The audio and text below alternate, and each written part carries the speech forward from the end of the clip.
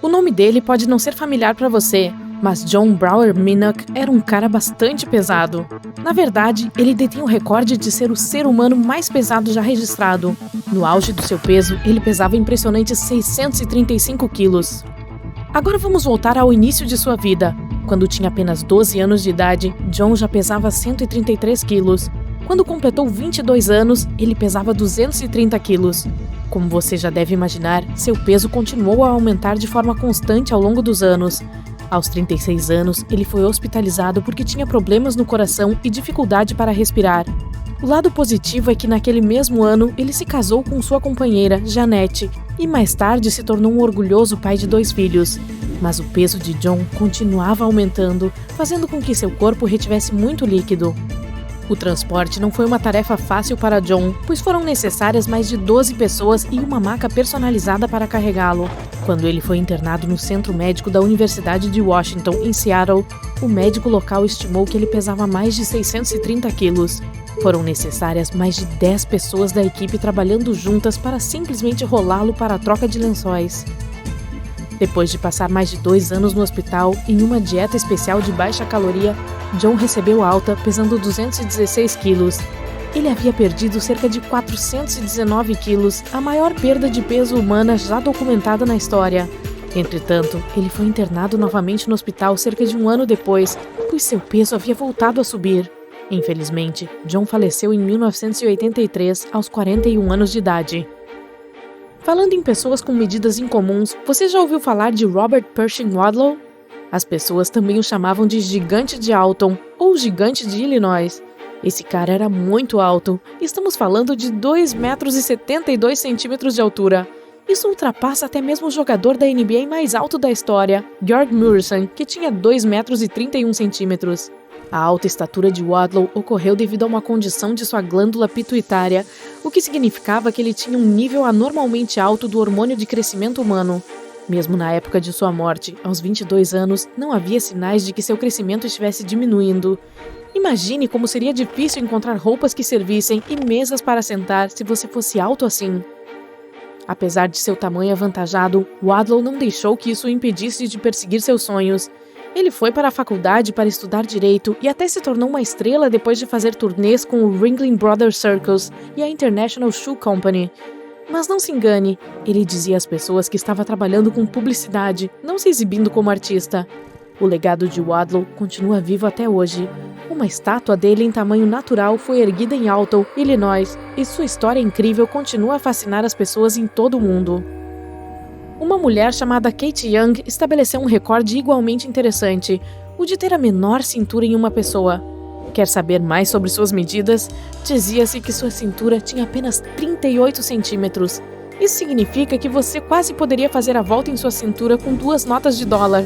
Dá pra acreditar? Kate não conseguiu isso passando fome ou algo do gênero. Ela tem usado espartilhos nos últimos 25 anos, tirando-os apenas quando toma banho ou quando o tempo está quente demais para suportar. Kate é uma verdadeira rainha dos espartilhos, possuindo mais de 100 deles feitos à mão. Essa mulher já apareceu em programas de TV no Japão, nos Estados Unidos e na Europa Ocidental. Mas não se preocupe, seus espartilhos não a impedem de fazer o que ama, pescar com o marido em seu barco, o The Bobcat. E ela ainda tem um traje de banho especial com um espartilho costurado para que possa ir à praia. Ora, parece que a próxima parada é sobre uma bela adormecida da vida real. Um garotinho chamado Wyatt Shawn tornou-se um enigma médico quando caiu em um sono profundo por não 1, não 2, mas 11 dias, depois de servir como portador das alianças no casamento de seu tio. Não sou especialista, mas esse parece ser o tipo de cochilo que eu sonho em tirar depois de um longo dia de trabalho. Infelizmente, para Wyatt e sua família, a experiência não foi nada tranquila. Sua mãe, Amy, lutou para acordá-lo no dia seguinte. E apesar de ter recuperado a consciência brevemente, Wyatt caiu novamente em um sono profundo. Depois de consultar um médico em sua cidade natal, Elizabethtown, Kentucky, Wyatt foi enviado a Louisville para fazer mais exames. E deixe-me dizer a você, esses médicos não brincaram em serviço. Eles realizaram vários procedimentos para tentar descobrir o que havia de errado com esse paciente em comum, incluindo várias ressonâncias magnéticas. Eles fizeram testes para tudo, de vírus a bactérias, mas todos os resultados foram negativos.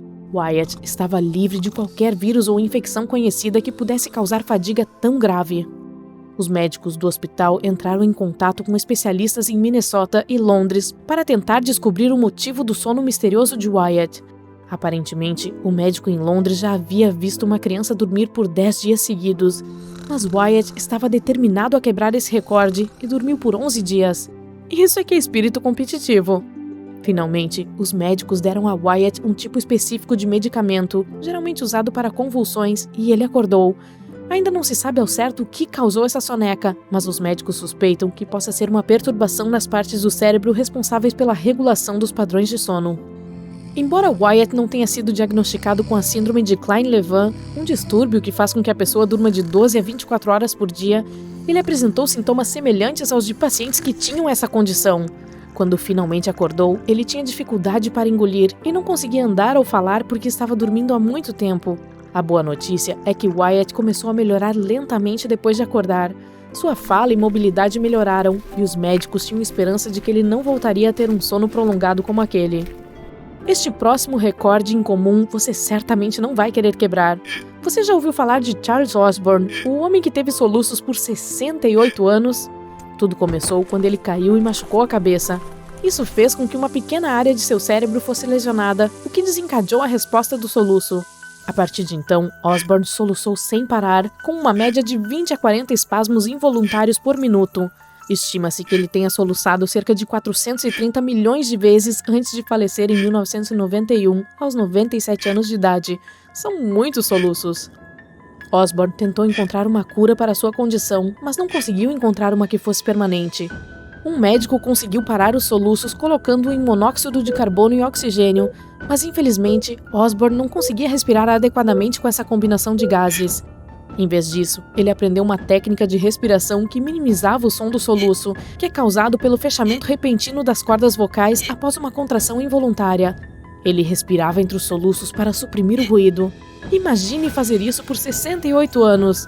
Apesar de sua condição, Osborne era um cara divertido que gostava de fazer brincadeiras com pessoas. Ele nem sequer falava muito sobre seus soluços. Um neurocirurgião tinha outra teoria sobre a causa dos soluços. Ele acreditava que Osborne poderia ter sofrido uma pequena lesão nas costelas durante seu acidente em 1922, o que poderia ter levado aos soluços intermináveis. A maioria dos soluços é desencadeada por ações como beber muito refrigerante, comer demais, ficar excitado ou engolir ar ao mascar chiclete. Geralmente, eles duram apenas alguns minutos e são mais incômodos do que preocupantes do ponto de vista médico. Entretanto, alguns soluços continuam por mais de 48 horas, que é quando eles passam a ser considerados crônicos ou persistentes. Em casos raros, como o de Osborne, os soluços podem durar mais de um mês, tornando-se incontroláveis. Mas não se preocupe, há muitos remédios para soluços. Veja esta cura popular, por exemplo, beber água através de uma toalha de papel. Uma explicação para esse remédio é que temos que fazer um pouco mais de esforço para tirar a água do copo, de forma semelhante à sucção que o aspirador faz.